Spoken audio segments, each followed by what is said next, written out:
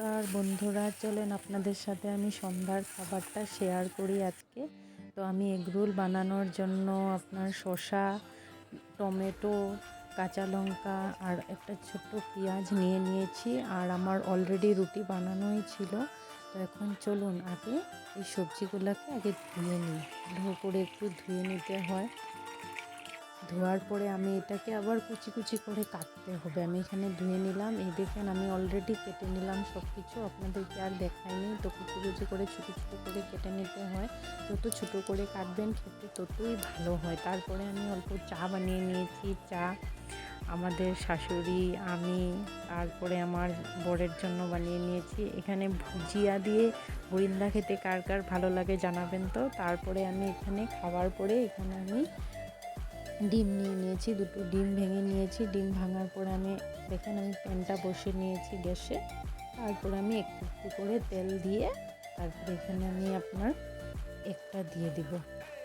একটা দিয়ে তারপরে একটা একটু হয়ে গেলে এটার উপর আমি তেল করে ঘোরাতে হয়। তারপরে ঘোরানোর পরে এটার উপর আমার বানানো রুটিটাকে দিয়ে দেবো।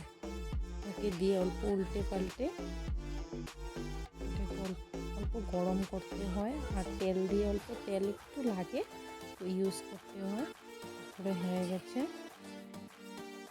তারপরে এখানে সসটা ভালো করে লাগিয়ে দিতে হয়। ভালো করে লাগলে খেতে অনেক ভালো লাগে। তারপরে এখানে আমি মেখে রাখা স্লাদগুলোকে লবণ একটু দিয়ে আর একটু ভালো করে মেখে আমি আবার আপনার রুটিটার উপর দিয়ে দিব। দিয়ে সুন্দর করে চারিদিকে দেওয়ার পরে এটাকে ফোল্ড করে দিতে হয়। ফোল্ড করার পরে আবার ওই আগের প্যানটাতে আমি একটু গরম করে নিব। একটা একটা করে তিনটাই আমি গরম করে নিলাম। গরম করে খেতে অনেক ভালো লাগে। একটু ভালো করে গরম করে নিতে হয়। তারপরে দেখেন আমার হয়ে গেছে। এখন খেয়ে নিব।